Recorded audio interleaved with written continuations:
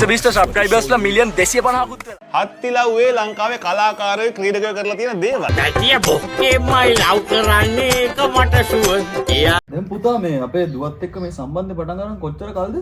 දැන් අංකල් අවුරුදු 3ක්. කෝපි එකක් බමුද? පොඩ්ඩක් හිටපන්.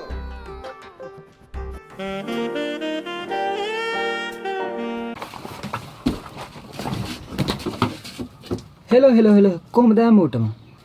මටත් දැන් ඒ වගේ කැවිල්ලා තියෙන්නේ. මට පොඩි ආසාවක් ආව ලංකාවේ ඉන්න ලොකුම කන්ටෙන්ට් ක්‍රියේටර්ස් ලව හම්බෙන්න යන්න. හිතුවා වගේ නෙවෙයි දැන් කොහොමද හම්බෙන්නේ යන්නේ? ආවදාසක්. එන්න මෙහෙම ඇදලා ගත්ත ෆෝන් එක අප්පු මේක දැක්කම බල්ලොබත් කන්නේ. අප්පු හෙටි බලහන් කිති.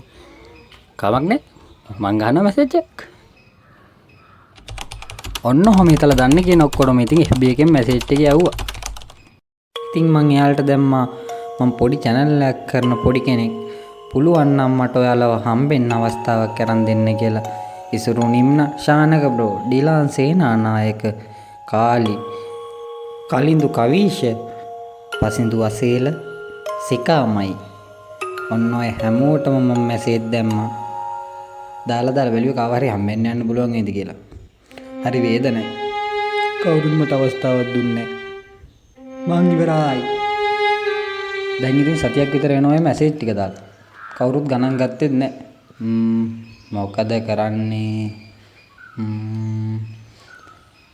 හරි ආවදහස. එක දෙයයි කරන් තියෙන්නේ. ඔන්න ඔහේ අම්මා කිව්වා වගේ රස්සාව කරන් පාඩුවේ ජීවත් වෙනවා. මම යනවා. බයි.